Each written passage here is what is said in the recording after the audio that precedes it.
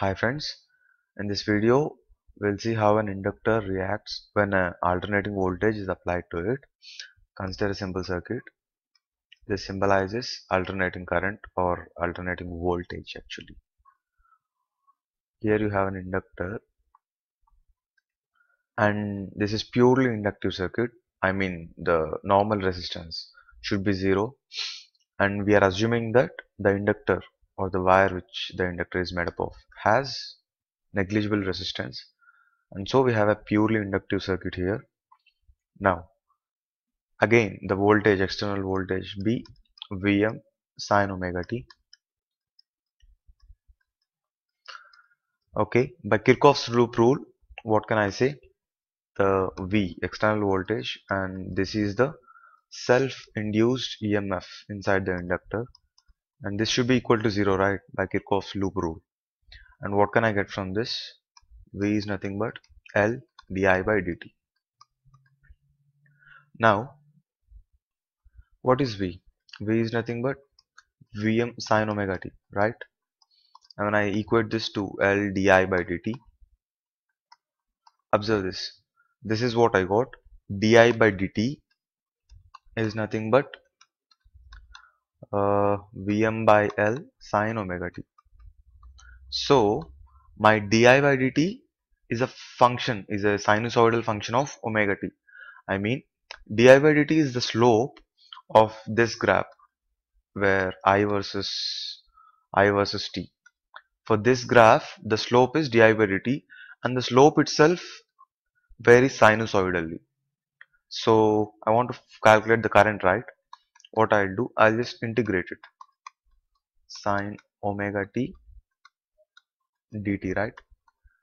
When I integrate it, I'll get I on the left side and this will be cos omega t by omega. And actually minus cos omega t, sorry. Of course, there will be a constant, and anyways, that constant is equal to 0 because my current, actually my voltage V is varying about 0, right? Hence, my current will also vary about 0. So that means that this constant is equal to 0. And finally, what are we left with? I is equal to minus Vm by omega L cos omega t. Observe this.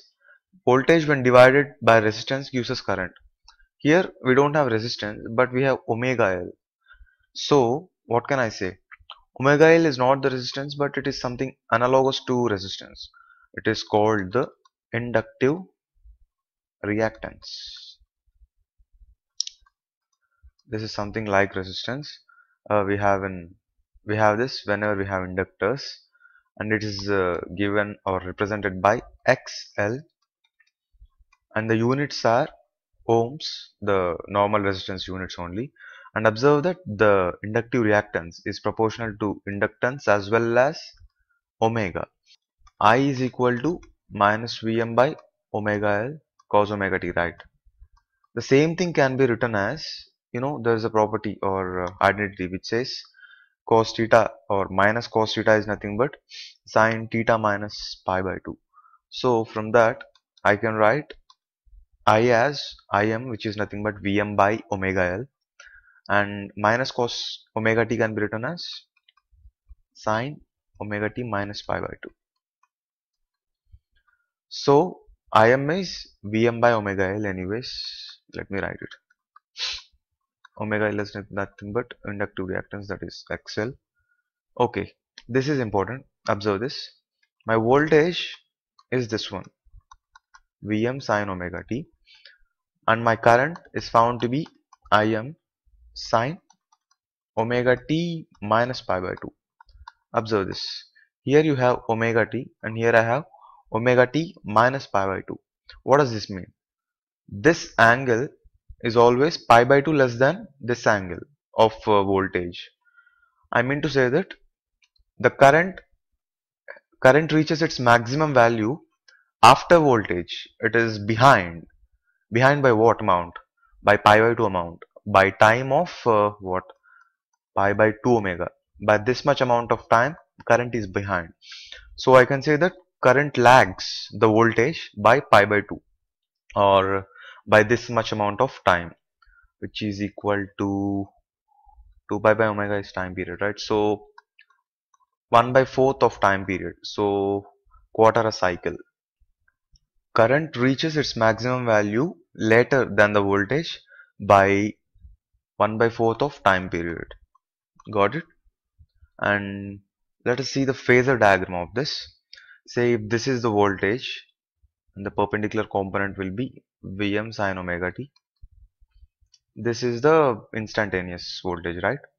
Okay, so my voltage should vary something like this sine function, right? Sorry, my diagram is not too clear. Say this is the voltage, the sine function. I have to represent current also, right? Here the current is pi by 2 behind the voltage. So my current phasor will be like this, where this is 90.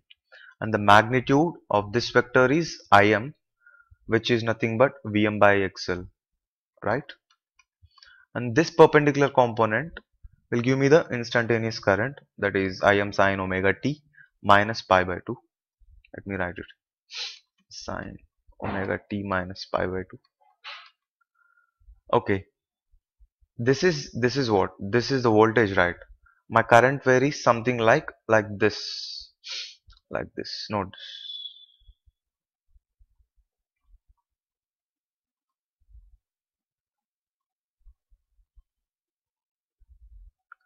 So they are not in phase. Observe this. The maximum value of current is this one. Maximum value of voltage is this one. The time period, the time difference between these 2 points will be t by 4, 1 by 4th of time period. This is pi and this is 2 pi. So got it? Current reaches its maximum value after voltage reaches, and the time difference is t by 4, 1 by 4th of a time period. Hope this is clear. Let's move forward. Consider this problem. I have an inductor here which is connected to a electric bulb. This is a bulb, and both of them are connected to a external voltage source, AC voltage source. Okay, and my question is, if I place a iron rod inside this inductor, will the glow of this bulb increase or decrease? That is my question. And note that the inductive reactance of the inductor is given by omega L, right? We just discussed now.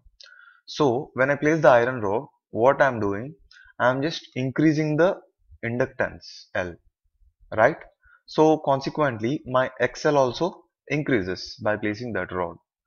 And what does that mean? XL is, the inductive reactance is analogous to resistance. So I can say that more the resistance, less will be the current. Or in other words, my external voltage should be distributed among these two, right? If I increase the L, if I increase the inductance, more voltage will be given to this one, and hence less voltage will be left for this one, and hence my glow of the bulb decreases. What about power? Power in a purely inductive circuit is same current into voltage, right? But current is given by Im sine omega t minus pi by 2, and voltage is given by Vm sine omega t, right? Now I can write the same thing as Im and Vm, and sine omega t minus pi by 2 is nothing but minus cos omega t. So minus cos omega t sine omega t. Now this can be written as minus Im Vm, and these two things, they can be written as what, sine 2 omega t, sine 2 omega t by 2. Hope this is clear. Now this is the instantaneous power, right? Average power should be calculated in this way. I'll put a bar and I'll take the average of these terms, sine 2 omega t by 2. As I said before, average is taken only for those quantities which vary, right? Im is constant, Vm is constant, and 2 is also constant. So what can I write?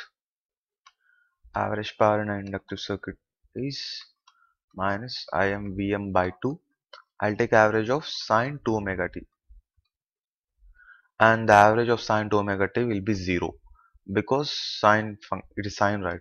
Sine varies from -1 to 1. So my average power in a purely inductive circuit is 0. Well, mathematically I proved it, but for you to get some intuition, I'll tell you what actually happens there. Say this is the current which varies with omega t in this way, right?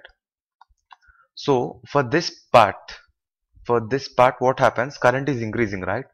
So the induced EMF will be, say, something minus L di by dt. Okay, di by dt is positive here because current is increasing. Okay, and for this part, what happens? Current is still positive, but it is decreasing. Note that.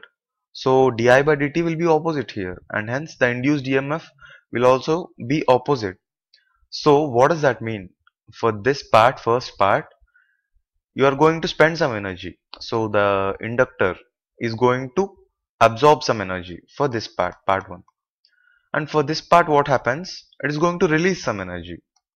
So taking the effect of both, net energy spent or gained for this half cycle will be 0. And similar thing happens here also. And finally, you have the net average power to be 0. That's it. Hope you got some intuition. And in the next video, I'll discuss how a capacitor reacts when alternating current or alternating voltage is applied to it. Hope you enjoyed this video. Keep watching. Bye.